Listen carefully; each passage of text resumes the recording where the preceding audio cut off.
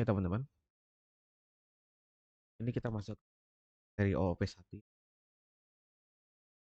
Setelah sebelumnya kita mempelajari tentang function. Oke, sekarang kita sudah masuk OOP teman-teman. Nah, sebaiknya sebelum masuk OOP teman-teman sudah ini ya, sudah terbiasa ya kayak misalnya bikin variabel ya, bikin if, bikin function, lalu membuat looping, bikin list. Nah, itu sebaiknya sudah terbiasa teman-teman supaya nanti nggak bingung. Oke. Jadi belajarnya harus tetap berurut ya. Nah, OP itu apa sih ya? Nah, di sini ada beberapa definisi ya. Yang pertama itu pendekatan pemrograman ya, yang menggunakan objek sebagai unit dasar ya. Nah, ini ada juga yang mendefinisikan dia sebagai paradigma pemrograman teman-teman ya. Lalu ada juga yang menyebutkan dia itu semacam cara berpikir teman-teman dalam memprogram aplikasi ya, yang apa ya, yang nantinya tuh ketika kita membuat aplikasi ya, seolah-olah tuh aplikasi kita terdiri dari objek-objek teman-teman ya. Intinya di situ ya, kalau dari segi definisinya ya. By the way, OOP itu ini ya, Object Oriented Programming, teman-teman. Suaranya masuk kan ya ke OBS, oke. Nah, gitu ya teman-teman dari segi definisi, oke. Nah, jadi kalau teman-teman bikin aplikasi ya dengan OOP ya, itu nanti aplikasi teman-teman akan terdiri dari objek-objek ya. Contohnya kayak gimana? Contohnya gini, misalnya,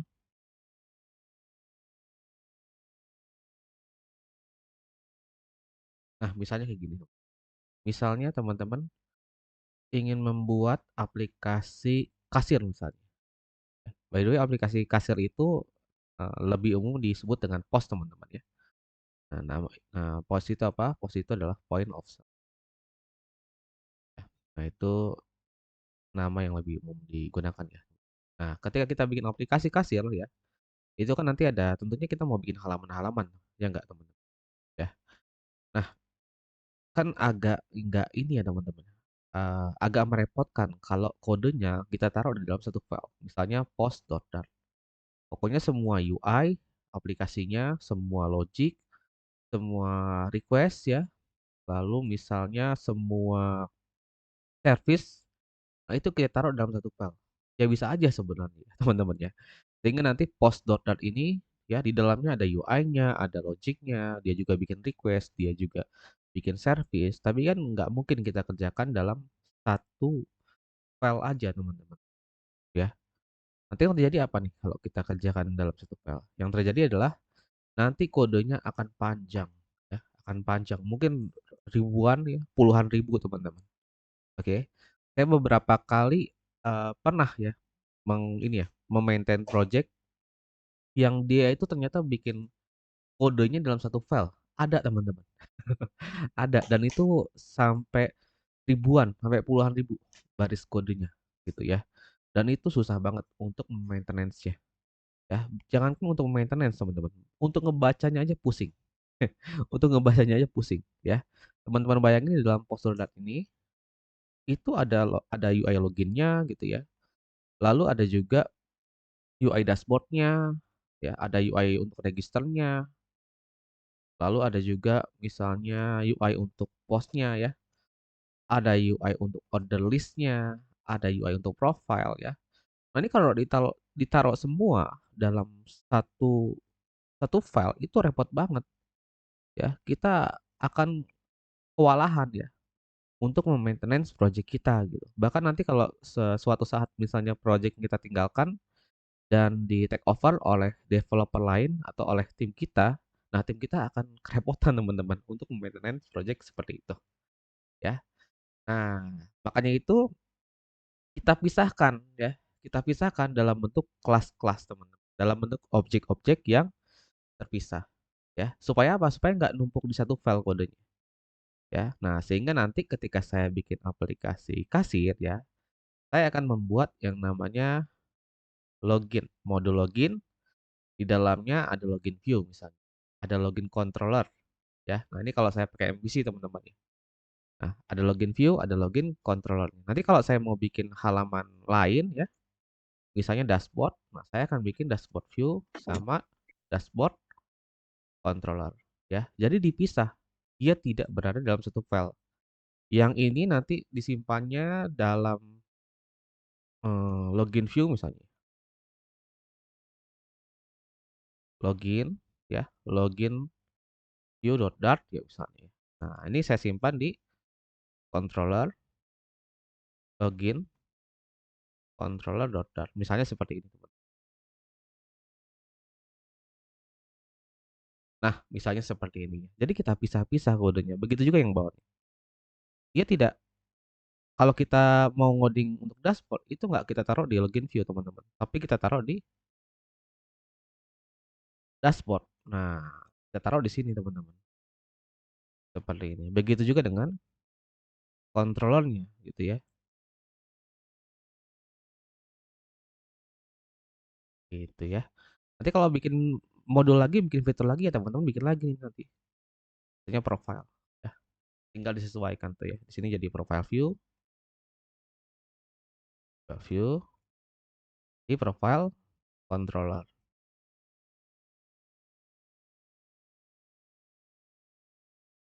Ini salah satu manfaat ya, kita menerapkan OOP teman-teman ya. Nanti ketika kita membuat aplikasi, aplikasi kita itu akan terpisah ya dalam bentuk objek-objek yang terpisah teman-teman ya. Dalam bentuk kelas-kelas yang terpisah. Nah, contohnya seperti ini ya. Ini pun seperti ini udah enak banget dilihatnya teman-teman ya.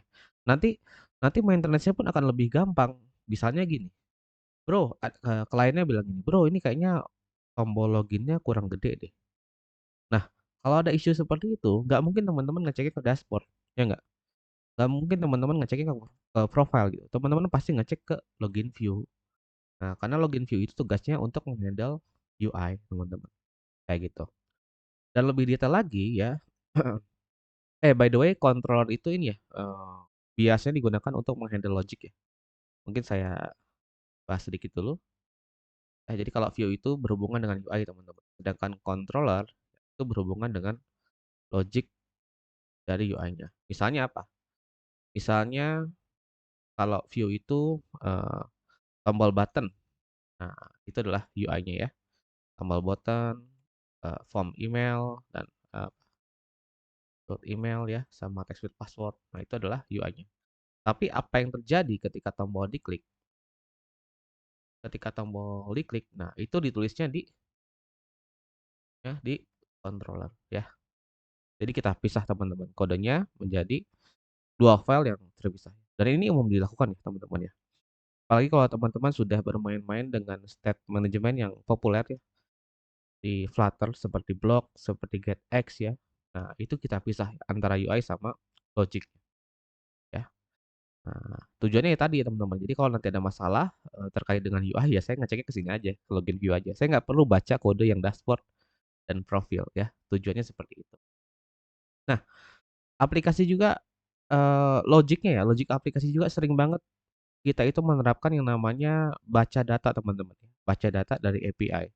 Sebenarnya baca data dari API itu bisa saja kita terapkan di profile controller teman-teman ya. Bisa aja saya bikin sini. Nah, tapi idealnya kita pisah. Nah, biasanya dipisah di dalam sebuah kelas ya yang namanya service teman-teman. Nanti jadi out service, jadi product service, user service, dan lainnya teman-teman ya. Nah, out service ini nanti biasanya untuk menghandle login ya, login, logout dan sebagainya. Gitu ya. Kalau product service nanti berhubungan dengan membaca data produk ya, data produk dari dari HTTP request bisa ya, dari WebSocket bisa teman-teman, dari file bisa ya, dari Firebase bisa ya, dari local storage juga bisa teman-teman. Nah, itu kita bikin di product service ya. Tidak baca doang ya, bisa juga menulis data teman-teman, membaca dan atau menulis data. Nah, itu di-handle-nya di product service. Nah, kalau saya nanti pengen menghandle untuk customer service, nah itu kita pisahkan lagi teman-teman ya di dalam objek yang berbeda gitu ya. Namanya adalah customer. Oke. Nah, nanti customer service ini ya tugasnya ngapain? Dia membaca dan menulis data customer, teman. Ya, dari mana aja nih, dari HTTP request, dari WebSocket, file gitu ya, dari Firebase dan local storage. Nah, ini developer makin ke sini makin ini lagi nih, makin rinci lagi gitu. Dia ingin ya, kode-kode yang terkait dengan ini ya, dengan membaca dan menulis data, itu dipisahkan di dalam yang namanya service, teman-teman. Seperti itu. Sehingga nanti logic di controller-nya itu jauh lebih sedikit lagi, ya. Nah, ini adalah salah satu tujuan dari OOP, teman-teman, ya. Tujuan penerapan OP ya, yaitu masalah modularitas, teman-teman. Nah, jadi ketika kita nanti menerapkan OP, aplikasi kita itu nanti akan menjadi terpisah-pisah, teman-teman. Seperti ini ya, gitu. Saya masuk lagi ke materi. Oke, saya scroll. Nah, ini analoginya, teman-teman ya. Analogi kelas dan objek. Oke, jadi ketika kita belajar OP, teman-teman ya, kita harus tahu apa itu yang namanya kelas, teman-teman, ya. Kenapa? Karena ketika kita membuat fitur-fitur tadi nih, yang ada di sini, nah itu akan didefinisikan ke dalam bentuk kelas, teman-teman, ya. Yang ini contohnya nih login view. Nah, nanti kan saya bikinkan kelasnya namanya login view.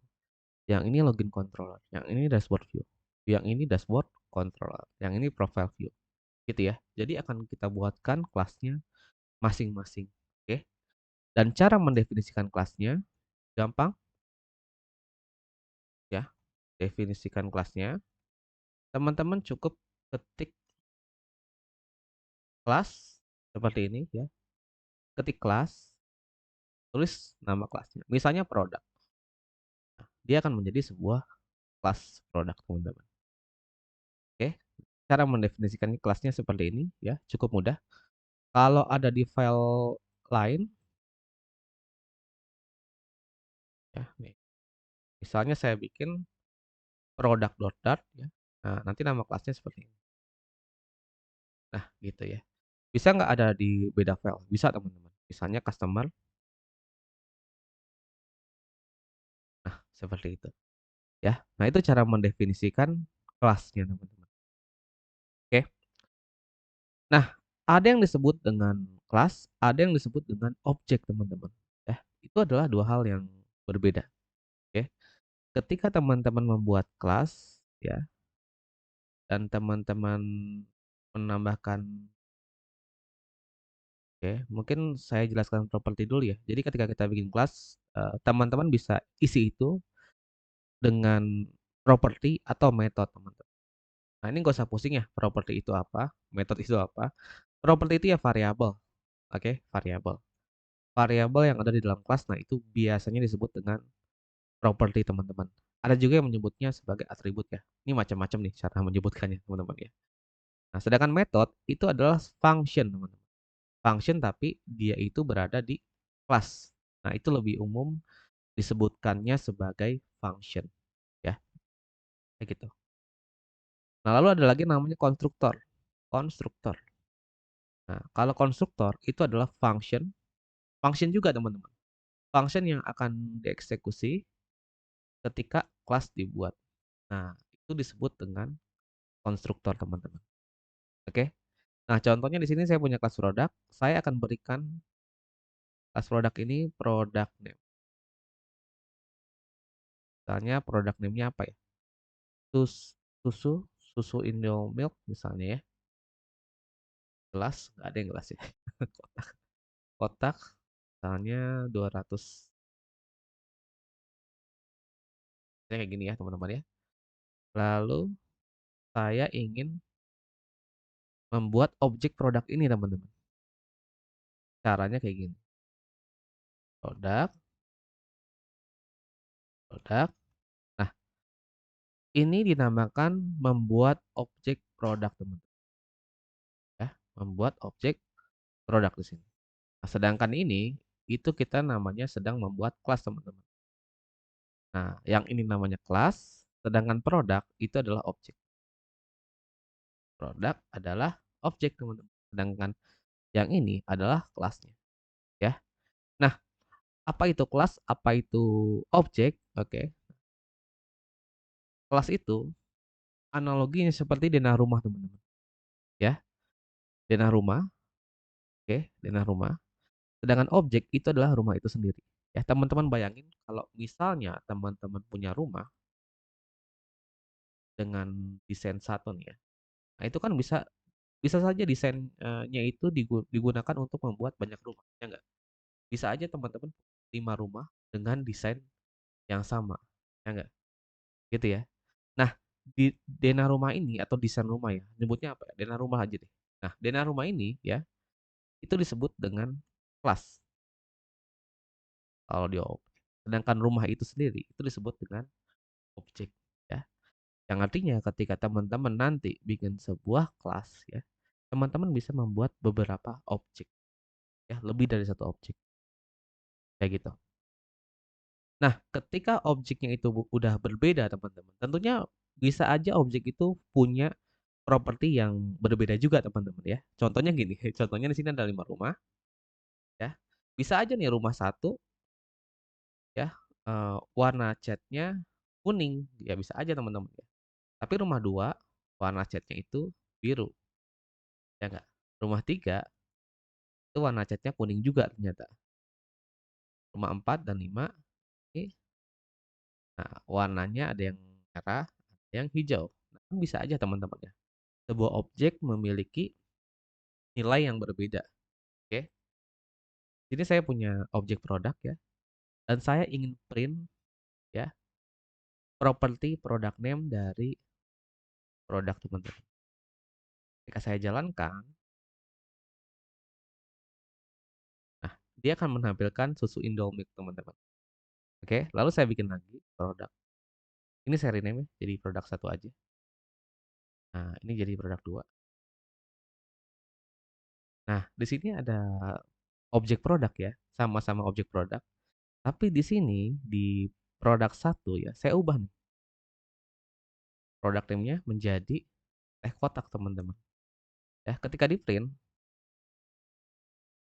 dia munculnya bukan Indomilk lagi teman-teman, tapi menjadi teh kotak gitu. Karena saya ubah nih nilai propertinya. Dan ini menariknya ya, dia itu nggak berpengaruh dengan objek baru yang kita buat tuh, produk 2.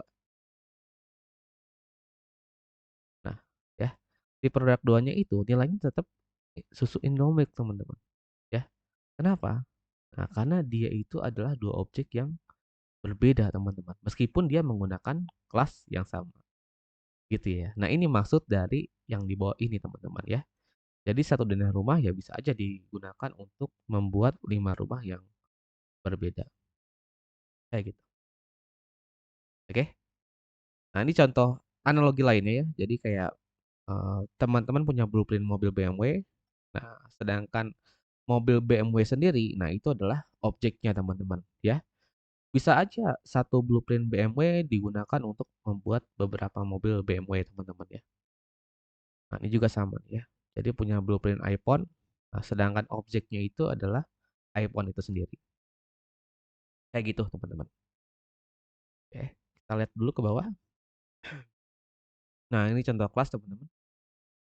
Kelasnya person di sini ya. Nah, ini cara membuat objeknya kurang lebih seperti ini ya. Dan dia tentunya akan menjadi dua objek yang berbeda teman-teman ya. Nah, ini objek person 1 dan person 2. Apalagi. Nah, properti teman-teman ya.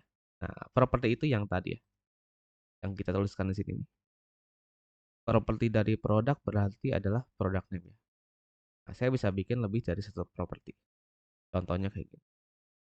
Nah, dia akan menjadi eh, sebuah kelas ya yang memiliki dua properti, yaitu product name dan price. Oke, lanjut dulu. Nanti saya jelaskan konstruktor. Ada lagi metode teman-teman. Ya, gak usah pusing nih metode metode itu apa. Yaitu adalah sebuah function ya yang ada di dalam kelas teman-teman. Biasanya disebut dengan metode. Oke. Nah, cara mendefinisikannya nggak beda ya dengan membuat function seperti pada umumnya teman-teman. Misalnya produk ini saya akan bikin metode namanya adalah print product detail. Nah, misalnya seperti ini ya. Dia akan ngeprint product name dia juga akan nge-print harganya. Nah, ini adalah metode teman-teman. Sama bisa dibikin asinkronus juga bisa ya, teman-teman mau pakai feature juga bisa ya, mau ada return value-nya juga bisa, seperti ini. Mau dibikin void juga bisa, gitu ya. Mau dikasih argumen juga bisa ya. Kurang lebih sama ya, terkait dengan argumen seperti function ya, teman-teman, aturannya. Oke. Nah, cara manggilnya gimana? Nah, cara manggilnya nggak langsung kayak ini ya, teman-teman, kayak function di materi sebelumnya ya, nggak bisa gini, teman ya.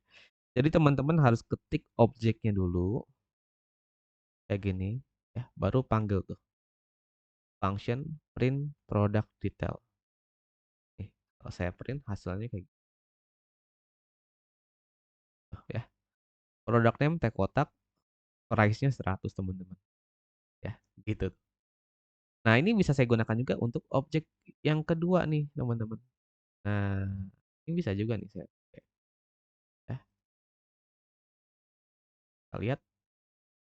Nah, muncul ya, teman-teman ya. Teh kotak sama susu Indomilk ya, gitu. Itu cara membuat metodenya. Nah, konstruktor ya. Konstruktor itu adalah sebuah function, sebuah metode ya yang akan dieksekusi pertama kali ya ketika kita membuat objek dari kelas itu, teman-teman. Oke. Nah, pertanyaannya kapan itu kita membuat objek kelasnya, teman-teman ya? Kita membuat objek kelasnya di sini, teman-teman. Di sini kita membuat objek. Oke. Nih, di sini juga sama nih. Kita membuat. Nah, ketika kita membuat objek kelasnya ya, itu metode konstruktornya akan dieksekusi, teman-teman. Contohnya gini. By the way, konstruktor itu cara mendefinisikannya seperti ini ya, teman-teman ya. Jadi kan kalau function biasa kita tulis nama function di sini. Nah, kalau konstruktor nulisnya adalah kayak gini ya. Jadi nama functionnya menggunakan nama kelas. Kurang lebih seperti ini. Oke. Nah, di sini saya bisa print objek produk dibuat. Oke. Kalau saya cuma bikin objeknya doang ya, seperti ini teman-teman ya. Eksekusi, tuh ya. Dia akan memanggil metode produk ya di sini atau konstruktor produk. Jadi kalau teman-teman ingin mengeksekusi sebuah kode ketika objeknya itu dibuat ya, nah teman-teman bisa mendefinisikan di konstruktor ya, kayak gitu teman-teman. Sama seperti function, konstruktor ini juga bisa memiliki argumen teman ya. Argumennya bisa pakai posisional ya, bisa pakai named argumen ya. Itu bisa teman-teman. Contohnya gini. Contohnya saya rapikan dulu sedikit, saya pindahin ke atas. Nah, gini teman-teman. Oke. Saya mau ketika nanti membuat objek produk, saya bisa mengisi nilai defaultnya sendiri, teman-teman. Oke, ketika teman-teman mau lakukan hal itu, ya, teman-teman bisa mendefinisikan argumen, ya, terhadap sebuah kelas. Caranya kayak gini. Caranya ya, nih, saya bikin final ya. Oke. Nah, seperti ini ya. Kita definisikan dulu. Nah, ini nggak harus pakai final ya. Kalau pengen dibikin mutable, nggak usah pakai final. Tapi kalau pengen bikin mutable, teman-teman kasih final ya. Kalau di Flutter lebih banyak menggunakan final sih ya di argumennya, teman-teman ya. Nah, di sini ya, teman-teman harus mendefinisikan di argumennya ini ya, di dalam argumen method product ya. Caranya kayak gini. Bisa kayak gini, ya, bisa kayak gini, teman-teman. Oke, tapi hati-hati ya.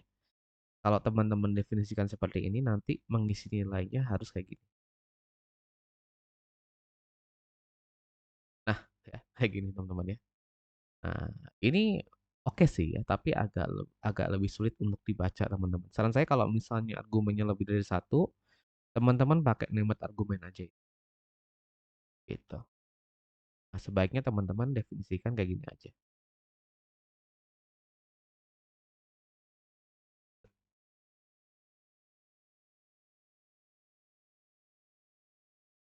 Nah, kasih required.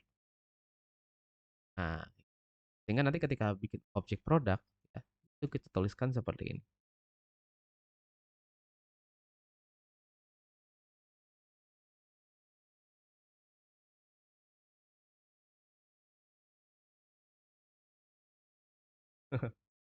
Bentar ya. Nah, kita harus mendefinisikan nama dokumennya dan juga harga. Nah, ini akan jauh lebih mudah untuk dibaca teman-teman. Ingat ya kalau kita bisa dibaca teman-teman ya. Mudah dibaca maksud saya. Oke. Nah, ini jauh lebih mudah dibaca dibandingkan yang ini. Kenapa? Karena kalau di versi yang ini kita nggak tahu nih, ini gudang garam filter 12 itu apa gitu. Angka 200 itu apa. Nah, cara kita tahu ya kita harus buka kelasnya, teman-teman. Ya, baru kita tahu isinya itu apa. Nah, tapi kalau di sini kita ngelihat aja udah tahu, teman-teman. Kalau gudang garam filter 12 ini adalah product name ya. 200 ini adalah price. Gitu ya, teman-teman. Nah, ini kalau saya bikin kayak gini, produk 2 ya.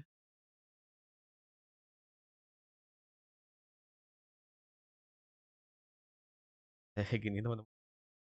Dan kita print ya. Nilainya akan beda ya. Print kita lihat nih. Ya, yang satu gudang garam filter 12 harganya 200, yang satu Sampurna Kretek 21 harganya 300. Beda, teman-teman. Karena kita inisialisasi ya nilai awalnya ya di produk name-nya itu menjadi Sampurna Kretek ya. Kita lanjut lagi. Oke. Terakhir ya, ada yang namanya statik, teman-teman. Statik ini pada dasarnya itu sebuah variabel global sih, teman-teman ya. Sebuah variabel global ya yang pada dasarnya itu bisa dipanggil di mana aja, oke. Tapi letaknya itu ada di kelas, teman-teman. Ya, ini. Ketika saya bikin variabel ya, saya taruh di sini, dia kan akan menjadi variabel di level kelas aja, teman-teman ya. Artinya saya nggak bisa nih pakai product name di sini ya. Nggak bisa, teman-teman, dipakai di situ. Ya. Atau saya pakai di sini pun nggak bisa nih product name-nya. Nah, karena product name ini dimiliki oleh kelas produk, teman-teman. Kecuali saya bikin variabel global. Kayak gini. Nah, ini baru bisa saya pakai nih. Saya pakai di sini ya. Ya, teman-teman. Atau saya punya metode lagi, misalnya tes. Bisa, teman-teman, saya print. Karena dia adalah sebuah variabel global ya. Yang bisa diakses di mana saja ya, selama dia di dalam satu file atau dia diimport ya. Gitu, teman-teman.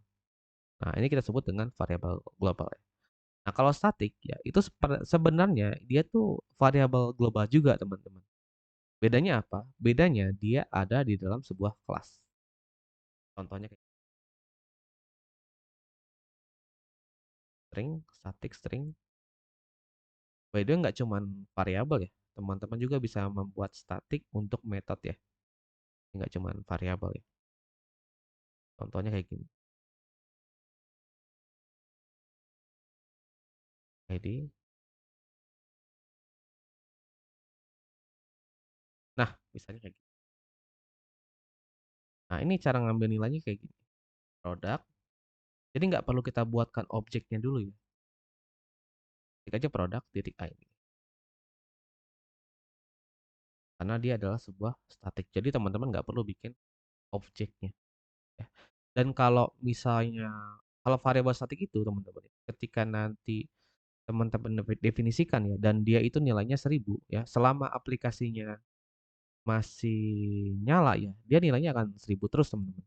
Dan kalau teman-teman rubah jadi 500 ya, dia akan jadi 500 terus, teman-teman, ya. Gitu. Misalnya gini nih. Jadi kan nilai awalnya 1000, teman-teman. Lalu saya ubah di sini menjadi 2300 ya. Nah, ketika diubah ya, ini kan kita nggak membuat objek baru, teman-teman. Ketika diubah menjadi 2300 ya, selama aplikasinya berjalan, oke, nilai ID-nya itu akan tetap 2.300 teman-teman, ya, karena dia adalah sebuah, statik ya, kecuali teman-teman nanti ubah lagi nilai awalnya, oke. Nah, kebanyakan sih memang digunakan misalnya untuk sebuah atelier. Nah, contohnya kayak gini ya. Jadi untuk memformat tanggal itu sebenarnya nggak terlalu mudah ya teman-teman. Nah, dengan membuat sebuah kelas ya, get atil, dan kita buat jadi statik ya ketika nanti kita ingin memformat tanggal atau mengambil tanggal hari ini, ya itu akan jauh gitu. Nah, ini salah satu contoh ya teman-teman. Pada prakteknya sih bisa teman-teman manfaatkan nih untuk membuat bermacam hal sih teman-teman, kayak gitu.